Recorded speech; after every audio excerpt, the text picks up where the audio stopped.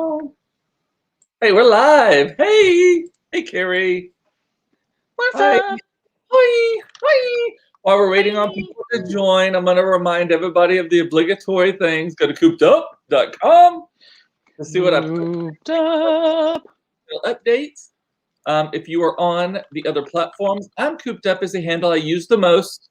On Clubhouse, I'm at Cooper Koch. I don't do shit for shit on Clubhouse, though. I still haven't figured it out. I've been on it Kerrie, once. It was pretty cool. Kerrie is here. She is at Food Sparks if you want to Hey, follow her. people. Be sure to follow along and click the bell to get notified anytime I come live on wherever you are platform. And then last but not least, this is a little different than normal, but if you text hot tip to this number, 214-949-8599, 214-849-8599. What I do is I blast out hot tips on COVID vaccine. I am a COVID hunter, angel, bitch, pimp. I don't know what you want to push her. You could be a COVID. I know. See you next Tuesday. I know. Actually, one of my friends yesterday, who is black, and it's important to say that, she said, "Hey, COVID Harriet Tubman, I need you to help me find some." I think only a black person can say that. So I was like, You're like, that's funny because you said it. I have to tell kids, like, right now, it's like there's certain things that I'm allowed to say about gay people that you're not. You actually, the kids might be able to get away with it because they're gay adjacent, right?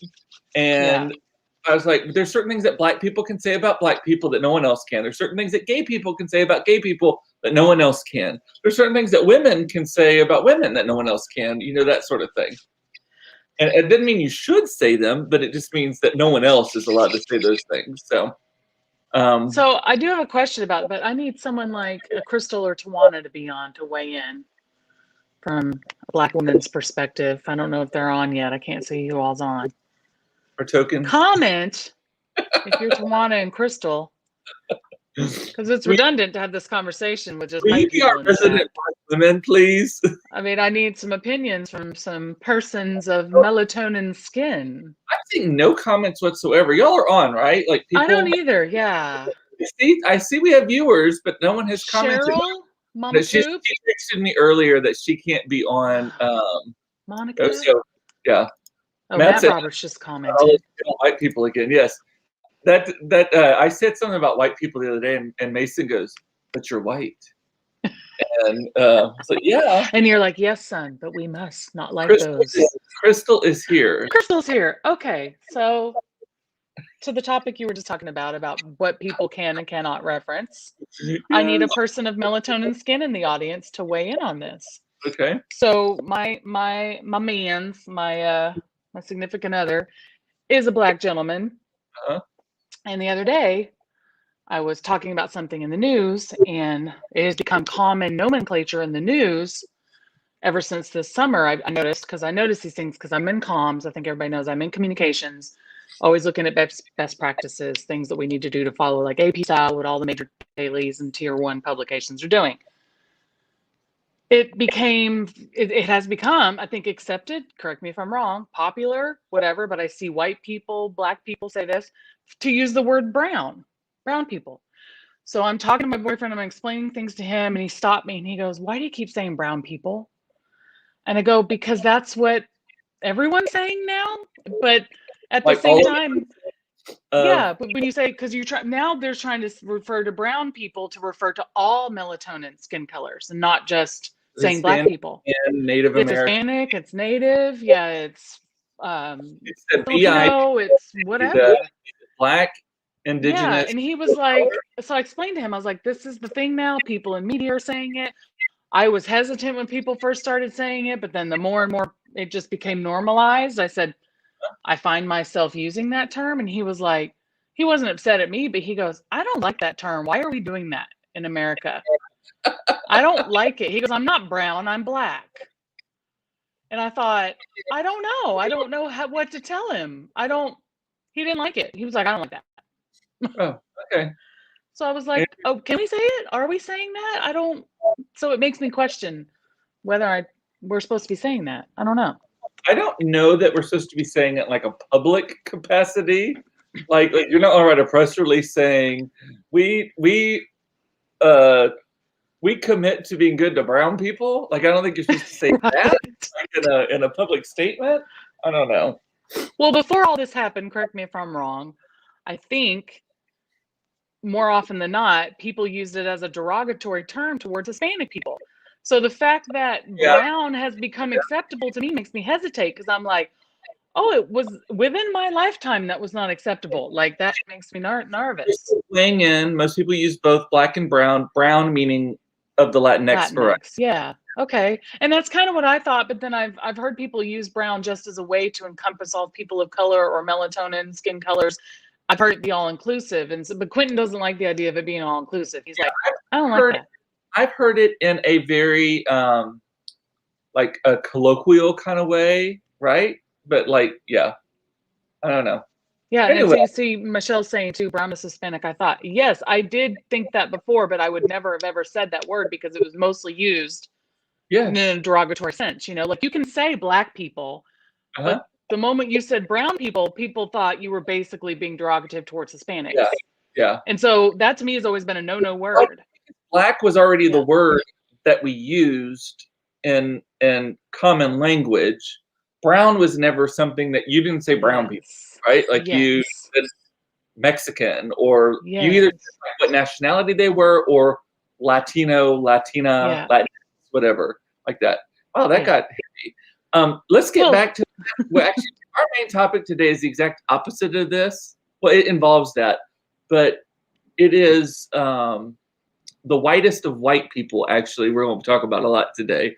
But before we get to that, I wanted to give y'all an update. I read today that we have officially hit more people vaccinated in America than have ever had COVID. Really? That's a point now where we have more vaccinated people than people who ever had COVID. So that is a good thing. And here in Texas, as of Monday, they announced today, as of Monday, anyone 50 or over is going to be eligible to get the vaccine, regardless of pre-existing condition or whatever. We're about to find out people over 50 who's been keeping those aerobic classes up. I know, it's like, they're going to jazzercise their asses right on down there. Sign me up. Sign me up. I'm ready. Yes. So anyway. Oh, Pam, it's my turn. Cooper, I just texted her when you just told me that, and Pam said it's my turn. She's been waiting. It's my turn. Said, Pam, you look damn good for being over 50, Pam. You know that's my favorite game. How old is Pam? The damn Pam game.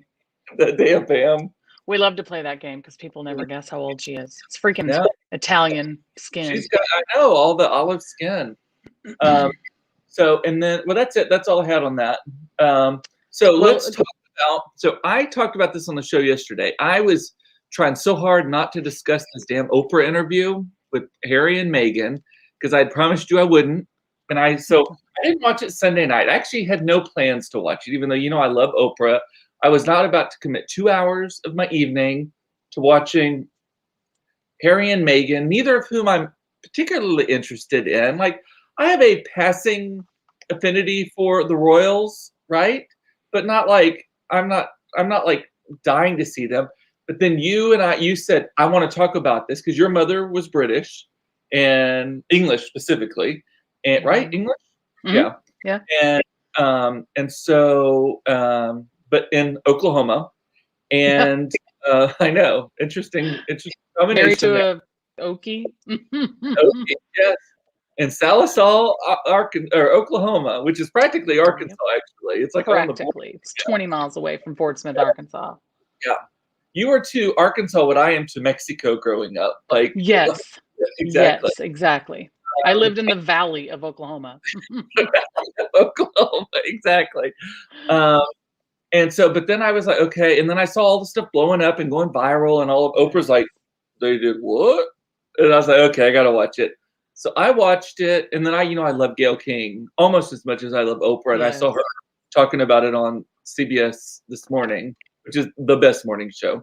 And so I was like, okay, I'm going to watch it. So I watched it Monday night and then last night. I finished it last night on my iPad in my bed because nobody else in this house wanted to watch it. Interesting stuff. Yeah. It was really, really good. And then there's clips that have come out, like Oprah has since released clips that didn't air because supposedly they interviewed for like 3 to 4 hours and they had to distill it down to hour and 45 minutes or whatever the amount of time was. And to me, some of the most interesting tidbits, like the one-on-one stuff with Meghan, are in those pieces shared afterwards, which, you know. And for those of you who didn't watch, 80% of the interview is Oprah and Meghan together. And then about 25% of it is with Harry, I would say. Really? Because I thought I watched like an hour. Like, so I actually didn't see the full 2 hours on. I had to go back and watch. But the hour I watched had Harry sitting side by side. Yeah, so when I watched it, I watched the first full hour pretty much. And was that her? Because that's the part I missed, I think. All her. And Caught then later. he came on, and on the CBS app, it was only an hour and 45 minutes total. So, anyway, but it was interesting though. A lot of stuff. You know what? I believe them. First of all, I must go this. I believe them. I believe that. I also support them in the sense that he was born into this. He did not have a choice. And so, like, one of the things is they have rescinded all of his security because he is not a high-level working royal. Basically overnight. Yeah, he did. That's the part that the show revealed that, you know, in the media made it seem different. And the part that the show revealed was that, yeah, we had this understanding we were going to be XYZ. So, you know, he's like, I'm not looking for a free ride. I'll fulfill my obligations. It's a job. But we wanted to do, you know, he talked to his grandmother and then come to find out he makes a phone call the next day when he finds out security is gone. And he's like calling his grandmother, you know, like, what the heck? Yeah. And also the interesting thing to me is how they are like puppets almost in this thing. Like the queen, Oprah kept saying, but she's the queen. She can do anything, but she's the queen. And he's like, it's actually not like that. Like our family is run by these other people. Yeah. Like, our family doesn't have the power, even though we technically do, they don't let us have the power that you think we have. We are actors basically, and he didn't say that, but like in this thing. They have roles. They are roles for a reason. They're expected to do certain things within these roles. Eric is saying if you didn't go watch it, go back and watch it. It was, I mean, I was like, and Aaron is saying, let's talk about the Royals. Yeah. So I know that you watched it like a day late because I was kind of texting you and you said, no, I haven't watched it yet, but I'm going to watch it. So I watched it that night. I'll just give you guys a little perspective in what I grew up in. I mean, obviously my mother was from England. I grew up in Oklahoma, so an Okie father and an English mother. But I'm not obsessed with the Royals any more so than a normal American person who's like, that's interesting. But I grew up with it in the sense that my mother kept, you know, I was abreast of everything going on, even as a small child. So my mother woke me up for Fergie's wedding. We watched it in the middle of the night. Woke me up for Lady Di and Charles's wedding. Watched it in the middle of the night. I happened to be with my mother, even though I moved away from home. She was visiting me one weekend when the Queen Mum died. And prior to that, I happened to be home from college the weekend Lady Diana died. Had gone to a midnight movie with my roommate I brought home. We come around at 2:30 in the morning and all the lights in the house are on, and I'm like, oh my God. Yeah. Pull up, come in, and my mother's in tears on the couch. And I'm like, what happened? Who died? I literally said, who died? And right then the guy came on the broadcast and said that she was dead, and my mother just lost her shit. Labor Day weekend of 1997, maybe 97. Yes, Labor Day weekend, 1997. And you forget sometimes. I'd forgotten until I looked it up with all this stuff going on that she was 36. You know, you forget how young she was. Really, she was 36. Yeah. Holy so you balls. Forget how young, because so I'll throw out a couple of things people probably already know, but if you look into all the other nitty gritty details, there was a lot of speculations that she was pregnant with Dodie's baby. Yeah. And there was no way the Queen, you know, because if you believe the hype or the whatever you want to call it, that they killed her. I believe they killed her because Charles could have never gotten remarried to Camilla with her alive. Yeah. And the rumors were that she was pregnant with Dodi Fayed's baby. And, you know, that was a Muslim baby at the time. And everybody was freaking out about that. Well, we now know all freak out about that shit anyway. Yeah, and then also the big elephant in the room of this whole thing with Harry that nobody wants to say is the reason it's so easy for the Queen to drop him is because if you go and look at the photo evidence, just like we do with OJ and Khloe Kardashian, Harry is the spitting image of Diana's trainer, which they had long speculated they were in an affair. And she did it because he cheated with Camilla almost the entirety of their marriage. Yeah. So Harry is probably technically not a royal. He was born into this life, but he's not blood. He's not violent. They're treating him like that now because he's decided to speak out with Meghan like his mother did when she spoke out. In the interview to say, my grandmother has treated us well. Well, that none of it was her. He was kind of like, my brother's a dick. Yeah. Like, we have space right now. Like, at the end, he was like, we're just not talking. And his dad is kind of a dick too, right? I think his dad, by the way he positioned it, especially when they talked about who was talking about the melatonin and the tone of color of the baby's skin might be. Yeah. And he said it was not my grandmother or my grandfather. I think Charles is behind all of this shit. And Wills just doesn't know what to do because he's got to fall in line. He has no choice. I think he's resentful. He wants Harry to come along with him, and Harry's like, I'm not doing it. So yeah. Well, and the funny thing is, William was the hot one. Aaron is saying that's why Harry is hot and the other one isn't. Yeah, so you're right. It flipped. Well, the hot one. He was very much in Diana's image early on. Yes. He's since become where his hair starts here, and he's like in his 30s, right? Certainly, he's in his 30s. I don't understand. They're so rich. They're the royals. Why don't they get the hair transplants or do whatever? British people don't care about their fucking teeth either until their teeth look decent, yeah. But I don't understand why they don't do that. So one of the big things on there was like they wanted to know what the baby was going to look like, and Oprah's like, "Say what?" Like that was one of her big moments. By the way, she is a genius interviewer. She gives people, I love her anyway, but she gives people space when they need space. She interrupts at the right time. She emphasizes something. Meghan says X, Y, Z, and she says X, Y, Z. Like just, but at the right moments, she didn't overuse it, and all of that. First of all, she was perfect for this, and they didn't get paid. She made it very clear at the beginning. Oprah got paid a lot. She got like $8 million for this, and she got her production company rights on it too, so she'll continue to make money. Yeah, exactly. But here's the thing. So they asked, what color baby? Everyone acts. So I've lived in Germany. I lived in Germany for a year. I've been to Europe many times, all of that kind of stuff. Everyone acts like Europe is so progressive and so like open-minded. They are more racist than America. They just don't act on it as much as America does. Yeah. But they are so like, when I was in Germany and all the Yugoslavian people, which is not even a country anymore, it's the Bosnia, Herzegovina, and whatever. But the Yugoslav Germans were just horrible to these Yugoslavian people when I was there. And London is a very big mixing pot. But once you get out of London, it's a lot of white people. And so like New York City is, yeah. Yes, it is a lot of, there's a lot of racism in Europe. The French are the worst about it. The French are like, they act like they're so, everyone's like, oh, France is so progressive and blah, blah, blah. And you can hang your titties out while you're having a cafe au lait or whatever.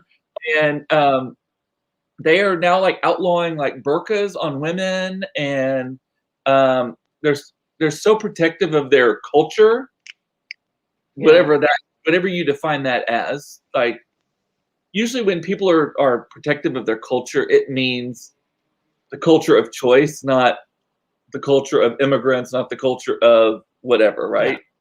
So anyway. It's like when the Highland Park Richie Whites protect their culture with the Slipper Club and the Heritage Golf Course. And same kind of thing. Exactly. Yacht clubs and all this shit. Keep the money with the money with the whites. And then Pam is bringing up Piers Morgan. Morgan. God, what a shit show. That is, so supposedly he went on it. He claims it was a date with Meghan. If you read actually what he has talked about it, she had like a cocktail with him before she went to the party where she met Harry, like that same night. It was not a date. He has never gotten over it. And so he is the host of their version. It's like Good Morning Britain. It's like their version of Good Morning America. Yes. And so he's the host of that. And so he goes on Monday morning, I think, and it's just like trashing people, or trashing her rather, over and over again. And finally, the weatherman, I think, Alex something, who is fucking fine as shit, by the way. He's cute. He is mixed race, fine body, all that kind of stuff. He finally says, Piers, we are sick of it. Like, stop this. This is the worst. Yeah. You're a baby, blah, blah, blah, blah, blah. All you do is trash her and trash her and trash her. And Piers gets up and walks off, and then he got separated from the show, whatever that means. I don't know if it's fired. He says he left, whatever. Yeah. They saw an opening. But that dude schooled him. And he schooled him in not a... Here's the thing. It was not a Jerry... It was a very British schooling. It was not a Jerry Springer schooling. It was a... It was so terribly British and charming. It was like, this language is quite unacceptable. We have had our fill. You know, it was so good, though. Can I answer Kit Elliott's question about what's the Slipper Club? Yeah. Where did he say that? Just above Pam. Yeah. So Kit, that is a club. I'm sure they have versions of it in cities across America, but that's a club here in Dallas where you put your daughters in it, and it's basically grooming for etiquette, thinly veiled as etiquette, under a disguise of preparing your daughters to go off to college to meet a man, get married, but marrying within, you know, the parents bring the boys and then the other parents bring the girls, and they grow up together, going to these parties, basically. Yeah. Social events, so that they're groomed the whole time, and then you're expected to, you know, marry, you know, within the Slipper Club or something. You know, it's kind of like Junior League. I'm sorry, I know that's more charity, but Junior League does crap like that too. I'm sorry if you're part of Junior League, but that's more cliquey. White girls. Oh, yeah, little white girls volunteering and doing charity, and then yeah. Crystal saying the talk today was a shit show. I hate that show because they all talk over each other. I can't watch it. You're talking about Ozzy Osbourne's wife? What's her name? Yes, Sharon Osbourne. Yes. She drives me nuts. I love her. Ozzy. I'm sure she had a ton to say. Maybe she said great things, but that show, I always hated that show. She might be done on the talk too, though, is what she's saying. Oh, was she not sticking up for me? She probably wasn't. She goes the other way, I think. They are like crazy, and yeah, just the Britain stuff does not claim them. No, and it's so funny. Like, I'm not on Twitter, but like I have friends who very much are and have been sharing stuff. And supposedly, Black Twitter is like losing its mind, and then like all of the and gay Twitter's losing its mind, and parts of English Twitter are, but then, you know, it's like all these, everyone's losing their minds. So yeah, I'm just what was I gonna say? Oh, I love the fact that they're having a girl. Yeah, exactly. So much for women. It's like if people are like, well, Meghan is just a star fucker, and she's in this she's in this to get famous. I'm like, no. Once she became married to him, she was already fucking famous. There's nothing. What's the upside to her? Like, what is the upside to her to break this up? Like, what is the upside? She quit her acting career. She quit her blog and her influencer stuff and all of that. Like what is her ups? She was a reward style person, also made a gazillion dollars on that. So what was the upside to her? Because she was suddenly like in the royal family. Yeah, I saw somebody comment the other day, or it was a meme or a Twitter post or whatever, that said, you know, nothing like a royal scandal and a failed actress. It's like a perfect combo. And I'm like, she had her own life. You know, I mean, she's a very, I didn't watch the show, but I know Suits was crazy popular. It's not like she was on a 2-bit crap show. She was on not a long running, but I think it had several seasons, right? Long running for today's standards. Nothing runs for 10 years anymore. Network too, right? She what? It was on USA Network. Yeah, and like you said, she was an influencer. She had her. I mean, they've broken up here and there because she was like, I don't want any part of this. You know, like, she made her choices. It's not like she was clinging on to a future Yeah. You know, well, not a prince. He wouldn't be a prince, but, you know, Just clinging to a title. one of the things they explained on the show also is that when you become a royal, you like surrender your passport, your car keys, and everything. So you're not allowed. I mean, you're basically trapped. And then also they were talking about how one of the reasons they've signed on for this Netflix thing and all of that is because they were cut off, right? So Yeah, they had to. They were living in Canada, Vancouver, maybe, I think, somewhere in Canada. And then the borders were starting to shut with the pandemic, and everyone knew exactly where they were. They had security at the time, but then it got taken away. And he's like, fuck this, we got to get out of here. So he called up Tyler Perry. Tyler Perry took care of shit. Well, Tyler Perry offered. He reached out to them and was Yeah, like, yeah, hey. exactly. I know. I'm just like, that's also the funny thing. Everyone acts like, so basically, two Black Americans have been the ones that have rescued, necessitated these. Yeah. I posted a meme the other day that said a Black man gave them a leg up, or, you know, basically helped them, gave them an olive branch, and a Black woman gave them a platform. I'm like, it's kind of amazing to me how the quote unquote our royal version, which is our celebrities, our elite in this country, have all raced to help them, you know? Yeah. And I don't when they even know. decided they wanted to live here. And I don't even know, what is there not to like about her? Like, that's what I don't like, is I don't get why everyone's like, she's horrible and blah, blah, blah. I mean, you see this, there's an article I saw that was like side by side headlines about Kate and Meghan. And granted, these things have an agenda. It was like a BuzzFeed article or something like that.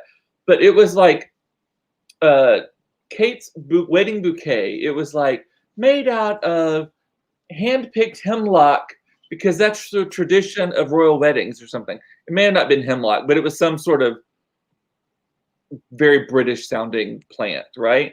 Yeah. And then they showed the exact same thing about Meghan. They're like, Meghan's bouquet is a health risk to children around her. Like, and they were literally like almost identical bouquets, same flowers and everything. And did you see that her dad came out yesterday? He was interviewed by some maybe British tabloid, and he was like, "Yeah, I don't think the royal family is racist." I'm like, "Oh, now who's paying you now?" Her dad is awful. There's a sister who wrote a book about Meghan, and she's like, I don't know how she would know me. I've seen her twice in 20 years. Exactly. I mean, these are all the people looking to make a buck off this poor woman. I mean, people think that she's trying to get a free ride in the royal family. She couldn't give a shit about them. I talked about yesterday, my stepsister is getting a Discovery Channel, a Discovery Animal Planet show called Pig Royalty. Is that what Pig Royalty? Pig Royalty. And she's on this show. Jody is her name. She's one of the matriarchs of the two rival pig showing families in Texas. Y'all, he can make this shit up. He sent me the link. It's for real. Look it up. I talked about it yesterday also.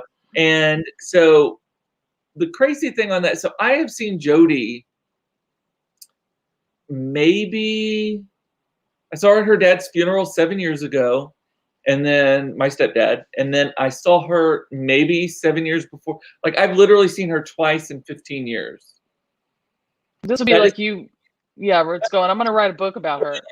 Right now and saying, oh, blah, blah, blah, she's trash for being on the show and blah, blah, blah. Like, I don't know anything about her life. I know a lot. I mean, I spent every other weekend with her when I was a kid because our parents were married to each other and our custody overlapped.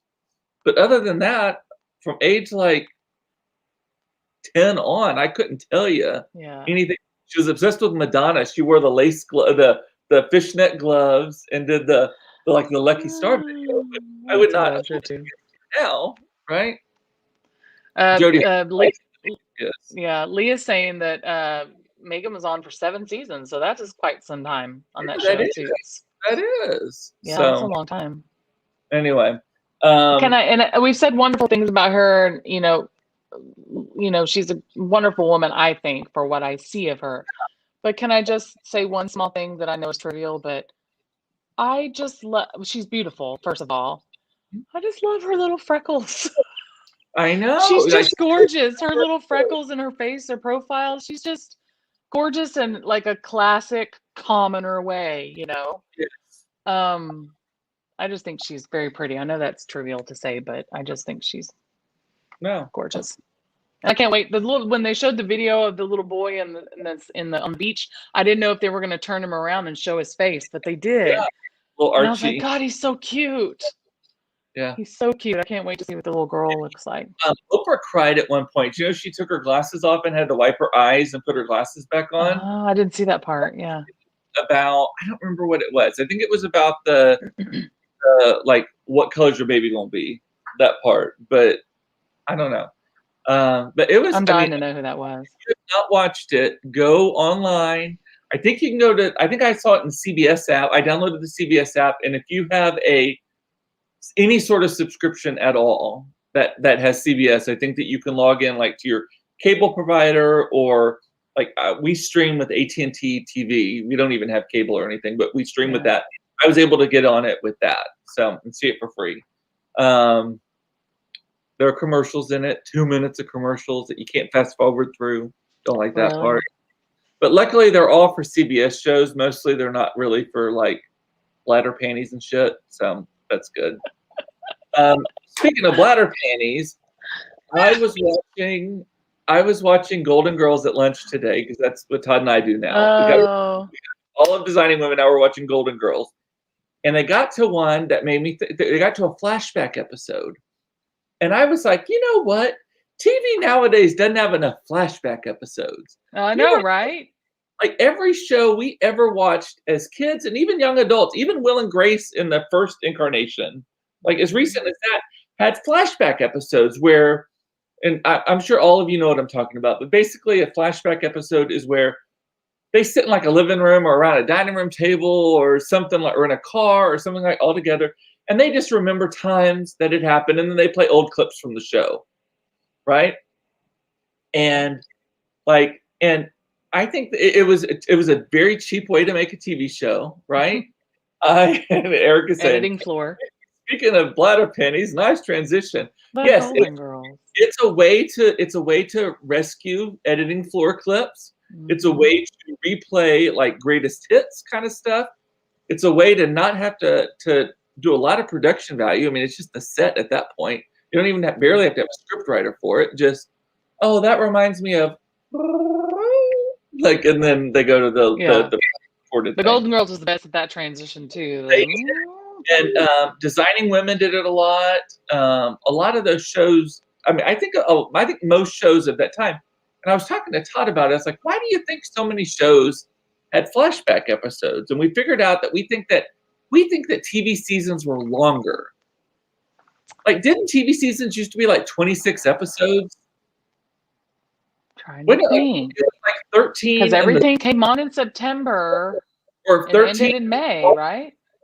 And then 13 in the spring. So because they didn't take these blocks and breaks like shows do now. They went all the way through, did they not? Well, they would take a break over Christmas break usually, and then come back on like at the end of January. And then run through May, and then the summers were usually the rerun season, right? Yes. Or they would create special, like just insane shows, like these random game shows and all that kind of stuff. Yes. Season. Michelle's saying 13 weeks. She would know. No, I think that they were. I think though that if you signed on, it was 2 13-week seasons. Like, I think they were 26 weeks. It was 13 in the fall, 13 in the spring. Yeah, maybe. Yeah. That makes sense. Yeah, because like when you buy the Will and Grace CDs or DVDs now, there's like 18 episodes a season or something, or on each. I don't know. It's a lot. It's not 10. Like now, it's like on Netflix, it's like 10 or 8 or 10. That's all you get. It's like a Whitney Houston album. It's like 10 songs. That's it. That's the only thing I didn't like about Whitney Houston. Her albums were so short. She's giving you the 10. They're giving you the 10, and usually only about 3 of the songs were epic.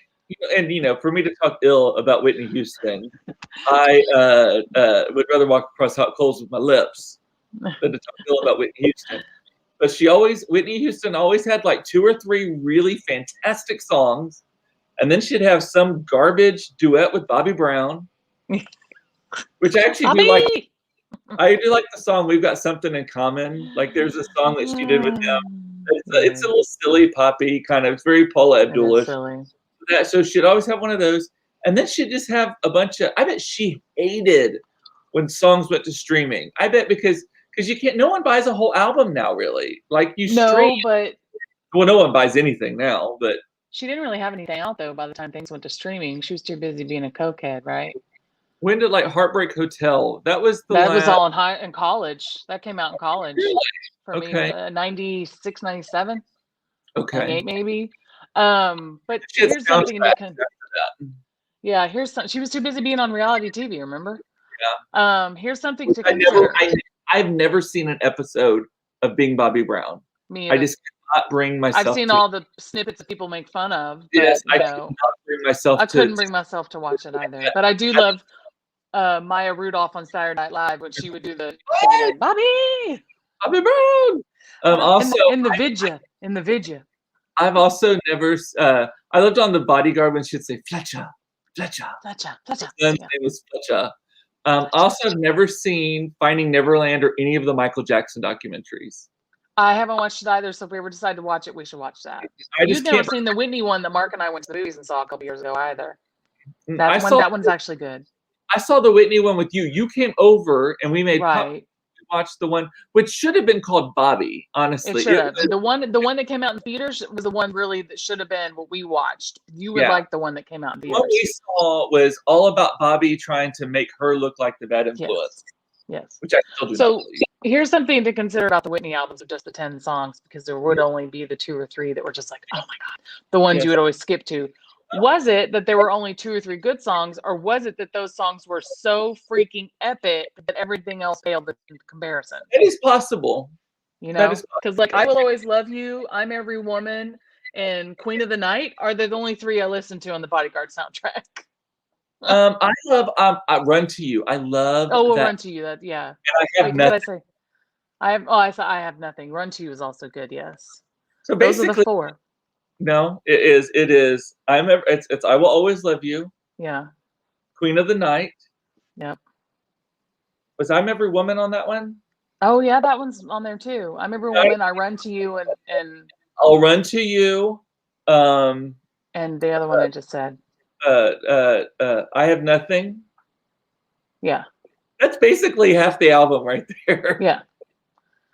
And that little Jesus Loves Me song is cute. Oh yeah. We've talked about The Preacher's Wife is probably my favorite Whitney Houston album. She takes church. I love that album. Is that all the Christmas songs on it too? The ones that we like? It is kind of Christmassy, but not really. It is more like, I know Lord is keeping me alive. He's keeping me alive. Like it's very like. What's the soundtrack where she does the joy, joy, joy, joy? That song. What is that? That is. That just on her Christmas album? I think it's on both of them actually. I think that it's on both of them. Her last album, I love it as well. So good, and it did not get the success that I thought it deserved. I Look to You. Oh, fucking makes me cry. Every single $1 Million Bill is the jam. That is the jam. That is jam. I listened to $1 Million Bill 563 times, and yes. Yeah. Rough. Yeah, it was rough. Rough though. I liked her gravelly voice a little bit. Like I actually liked that she got to a gravelly place, and that she was leaving all that. So she was originally like a pure voiced person. She didn't do the runs and all, because that drives me insane. Like Christina Aguilera is unlistenable. Like I cannot listen to her Christmas album because the girl won't shut the fuck up. I'm like, you cannot put that many syllables into Jesus. You just I know. It's like, Jesus. You need me to put a wallet in your mouth? Are you about to have a seizure? Like what is happening here? Don't bite off your tongue, okay? Yeah. That is the only time you can make a good epilepsy joke right there. Like that was the only time ever. That was awful. Let's learn from it. Yeah, I'm about to get canceled. You are. So Whitney did that, and then she did Heartbreak Hotel, which is not my favorite album. Some people are like, that's my least favorite. Mine too. Our interior designer, Carol Lagueto, though, loves that album so much. She's like, that is the best So the name of that album, I can't remember. It's not called. That's a song on there, but it's the one where she's got her legs crossed and she's squatting in the street along a line, right, at nighttime with a short bob haircut. That's when she was mad at Bobby. She made that album when she was mad at Bobby. I don't like it at all. If he makes you feel like a $1 billion bill. oh, God, that song. oh. If you've not visited the Dance Bish list playlist in a while, I have put some Whitney remixes in there. So good, awesome. Check it out. The best. $1 bill. I've always been like, I'm not gonna turn into one of those guys who like lives in his heyday for the rest of his life. But I will put Whitney up against anybody, and MJ. I will. And if you're just talking about music in general, I completely appreciate the era right now that we're in of TikTok and these young artists being able to make a buck because they are able to do it without all these big record label companies. So I get it. But if you harken back to the heyday of the 80s and 90s and what it took to break the ceiling to get into these major record label companies, it was work. Like you really, really had to break down barriers. That Whitney had to work that hard because she had Sissy, her mother. Well, and Clyde found her so early, right? They stuck her on the Today or the Tonight Show, and that was it. Yeah, that was it.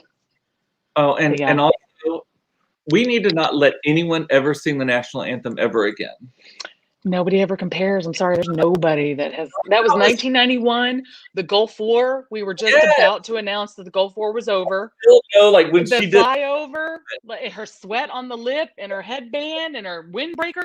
No, that is the one thing she always had the Coke sweats, but she always had that. Yeah, but it was just effortless, and there will never. And the minute you start that song out, and you hear the drums, you're just like instantly like, oh my god. Yeah. It was also very pure. She did not embellish it. It was not like so many people. I thought Gaga did a very good job at the inauguration. Like I thought it was fantastic. She was a little overly theatrical. It was theatrical. Like this on that one section. Yeah. In that dress. And the freaking bird. I'm just like Hunger Games outfit she had on, but yes. Crystal says, thanks for the $1 million bill earworm. You're all going to go listen to it. I'm going to 100% turn it on after we sign off.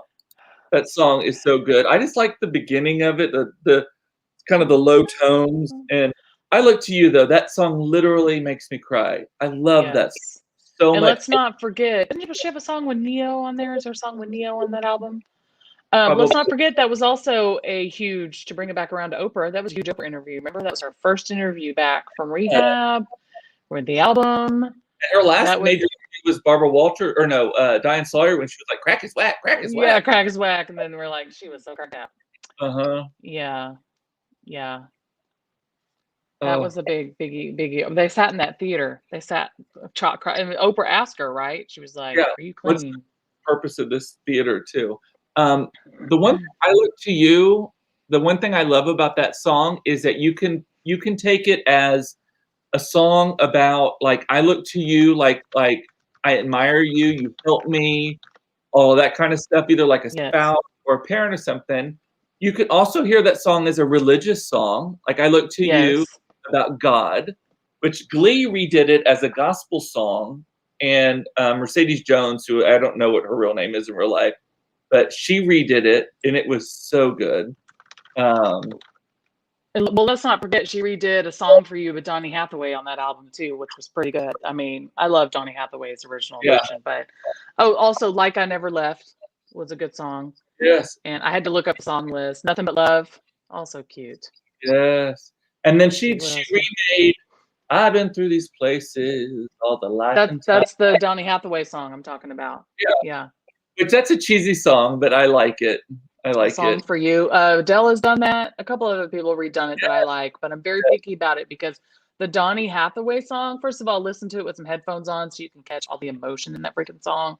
That he's the original version of that, and oh my god! But yeah, I like Salute. Salute's the other song I like, and For the Lovers. Oh, and I Didn't Know My Own Strength. That's also a good one. I Didn't Know My. That is a very good. That whole album is great. You know who else I love? You know who else I love? I don't think it's enough credit. Sade. I fucking love Sade. It's true. She doesn't have to. She doesn't do. Oh, so that album that we were talking about earlier. It's actually "My Love Is Your Love," which is your favorite song, but that's the only song you like off that album. Yeah. The "My Love Is Your Love," the album where she's in all black with the short hair and she's leaning Yeah. down in the street. Yeah.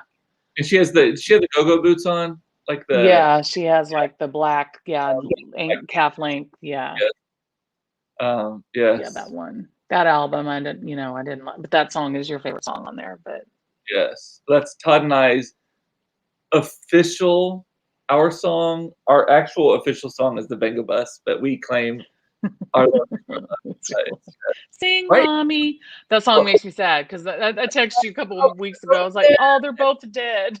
I know. I tell the kids that too. They're like, what? Right now, I'm having a situation in my car because I was playing. So Kylie Minogue has a new album called Disco, and it is fantastic. You love her, and I just don't like. I've never Disco liked album her. is fantastic. It is just so silly and all of that stuff. But she has done a remix of the song, which I sent to you, and you put on your Dance Fish. I think I liked that one because it was with Dua Lipa. Yes, because I love Dua Lipa. Yes, and it is the I can't remember the name of the song. What's the name of the damn song now? But anyway, so I was playing that, and I don't drive very much. I'm looking it up on my phone. I don't drive very much, but I where's that song? How do I find my a lot? Anyway, I put it in the Dance Fish. Yes, list. But there's a Dua Lipa and Kylie Minogue song that is, and of course it's failing me now the name of the song. Let me see if I can find it. Real Groove. Yeah. Real Groove. The 2054 mix. It is so good, and I don't drive enough, and so this is on my Spotify, and it's a single. It literally for like 3 weeks has been the only song playing in my car, and I don't drive enough for it to annoy me. So I'm like, oh, I like this little jammy jam. So I'll listen to it maybe twice on the way to someplace. But then I just realized talking to Todd, Todd's like, is this song still on in your car? And I'm like, oh yeah, like for weeks. So I remember you were like that with a couple 3 years ago, 4 years ago now, maybe that Taylor Swift album came out. Was it the 1982 album? 89. 1989, yeah. A fan. But I love that album. I actually like Folklore a lot. Yes. But I'm trying to get more into the second one. I haven't listened to it as much as Folklore. No, nor have I. Eric I have Folklore on vinyl. You two make Whitney sound so interesting. I can't say that I was ever a huge fan. I may have to listen to her music and give it another chance. Eric. I mean, I guess we'll make him a playlist. We'll make him a playlist. Our friends can't be perfect. I mean, okay, Eric, we're not going to take away your gay card. I was a kid. The Whitney Houston. I had a Walkman that auto reversed cassette, right? Oh. Whitney and roller skates, and we lived in an apartment complex in San Antonio, a huge one that had sidewalks all over the place. So we would just spend hours roller skating. I had headphones on, and I was listening to the Whitney Houston album, the one with her hair and the white tank top, and her hair is on the second album. Maybe I think that was it. It's the one that has "I'm Your Baby Tonight" on it. Oh, that's the third one. Yeah, it's she's on the motorcycle. Yeah, on the motorcycle. That's the one. It's that one. "I'm Your Baby Tonight." Also, it had "My Name Is Not Susan." Not Susan was the number 2 Something song. in Common. I've heard that album so many times that one song could end and I could tell you the very next word to the very next song. "My Name Is Not Susan" is the number 2 song. Yes. Okay, so speaking of the fast forward function, do you remember in the cars when the cars got the double fast forward and the double rewind on the tape decks? Do you remember that? Yeah. Mark and I, we loved the Janet album, the one with the boobies. Like we wore that tape out. But do you remember on a cassette in your Walkman or the car when you knew where you were in a certain point of the cassette where you could flip the cassette and either hit rewind or fast forward and go to your next favorite song? Screw you kids in the CDs, man. We had to work for our next song. Do not know this. Monica's saying the same age. Kerrie is a couple of years younger. You're like 45, right? I just turned 44. 44. So you were born in 77 then? Yes. So Monica, you and Monica are almost the same age because Monica was born in February 22nd, 1977. And you're February 5th. 25th, yeah.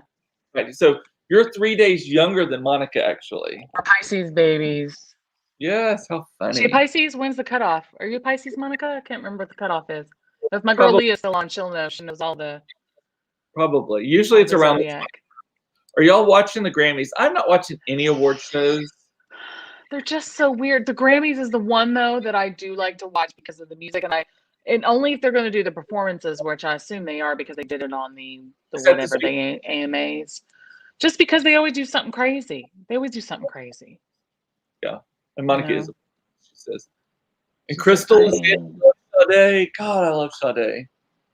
You know, yeah. And Sade is like, she's got her albums. She hasn't put out anything new in years. She toured for the first time in 10 years, like what, 5 years ago, and was like, tickets, $1,000, boom. And Did you know that she is the very first artist to perform at American Airlines Center in Dallas? is she really? She was the opening concert at American Airlines Center in Dallas. I wanted to go so bad. You went to that concert the last time she toured, I've right? never seen her. Oh, I wanted to go so badly, and even the cheapy tickets in the back were like $300-$500, and nobody would go with me. And I was like, "This is a once in a lifetime chance. She does not tour." You know why? It's because her fans are all old people, old white people especially, and gay men, and so it's all these people who can afford the tickets. So she's like, "I'm gonna cash in when I can cash in." How many people, I will admit, because I was in high school, it's just my age and the time, how many people didn't know who she was until they put No Ordinary Love into that movie, the Indecent Proposal, with Demi Moore and Woody Harrelson, and you remember that? Whenever she wears the black dress, and like 4 girls I knew bought that dress for prom that year. The They made dress. it in red and black, and everybody wore it to prom that year. Everybody. Oh, Pisces. Oh, Sandy's a Pisces too. That's right. Pisces ends on 3/20. Right. And Matt is saying, drive around in a car full of gays and listen to Whitney Houston songs. It'll solve the problem. Yeah, Eric. Yeah. Just Eric. Yes. You know, when the weather warms up, now that we're vaccinated, we're going to have a Jeep top-down day with a Whitney playlist. Just cruising around saying hi to people. I can hear. So my very favorite Whitney Houston song of all of them is "I Want to Dance with Somebody." That is my single favorite Whitney Houston song, just because it's one of the OGs. First of all, it's the first kind of incarnation of her. I don't love her very first album a lot. You don't? Like I don't. I mean, I Believe That Children Are Our Future. That song is kind of like eh. And then and then what's the song that she sings that? Oh, I'm saving all my love for you. That everyone thinks is a song. It's a song about sleeping with a married man. Yes. And people would play it at their weddings in the 80s. It's like, I know, exactly. Okay, first of all, "You Give Good Love" is my favorite song off that album, her first album. Yeah. And then "Someone for Me." I need somebody for me. Still remember that song? Oh my God. All at Once, a ballad. Yeah, that is good. That is a good song. And also, How Will I Know? She had "How Will I Know." That is a very good song. I love that one. But "I Want to Dance with Somebody" is literally one of my favorite songs. Like it's not my. If you were to ask me my favorite song as an internet password or something, that's not the one I've put. I won't tell you what that one is. I probably have at some point. "I Want to Dance with Somebody" is my favorite Whitney Houston song. And I will tell you, I can hear it on like we were shopping at Sam's on Saturday, and I'm going, "This is my jam," and it was just barely playing. Todd's like, "How do you even hear that?" I was like, "I know this song. Like it's like a dog whistle. Like I could hear it." So the second song on that album, after "I Want to Dance with Somebody," is just "The Lonely Talking Again." That is such, and it has that little beginning where it goes, and it goes like the little. And then "Love Will Save the Day." Then we almost have it all, which was in Love Will Save the Day. So Emotional, "Where You Are." That is the album that I was roller skating to. This exact one, yes. This is the one. You want to know what my favorite non-radio song off that album is? "I Don't Know Why I Like You. I Just Do." I just do. What's your "Love Is a Contact Sport"? I love that song. Love is a contact sport. You gotta act on it if you want to play the game. Yeah. Slam. Yeah, slam. That's my favorite part. so stupid, but yes. I forgot that Where Do Broken Hearts Go was on that. I forgot that that's from, yeah. We're in For the Love of You, and You're Still My Man. You're still my man. Okay, I'm Nothing gonna have can to tell my change family it. to listen to this album tonight on Yeah. like blast. Literally, Eric, if you will just go listen to, just start with the first two. Start with the first two. And pick your favorites. Welcome But you'll hear, to our masterclass on Whitney Houston. yes. Welcome, everyone. Because if you start with the first two, what will happen is you will go, oh yeah, from your childhood, and you'll instantly, be like, oh my God, yeah, It's like when you listen to Lionel Richie's greatest hits, you're like, oh shit, I forgot. He has so many great hits. Okay. Well, I need to Funny. go. We're going out of town on Friday. That's and so right. I gotta order groceries. Happy And I need to order travels. to deliver tomorrow, so I need to get getting on that. Plus, I'm in. You are on the road again. Yes. I most likely will be on tomorrow.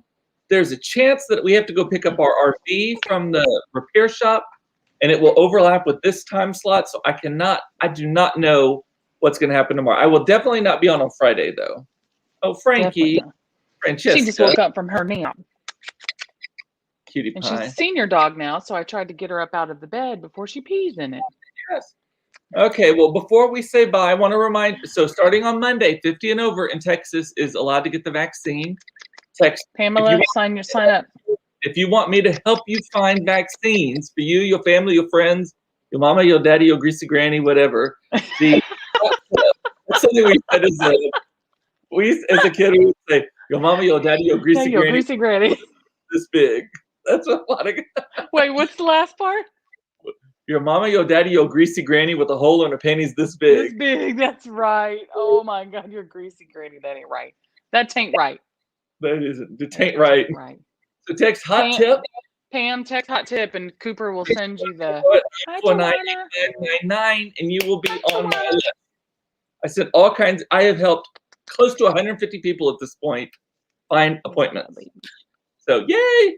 Thank you for your help. With that, I am going to say bye. I love you. Love you so much. Hey, we're Mickey for you, by the way, today. That's so cute. Thank you. Thank you for that. I appreciate it. Well, we will see you hopefully tomorrow for another episode of Cooped Up Live. Well, if we don't see you, safe travels. Talk to you later. Bye, guys. Bye.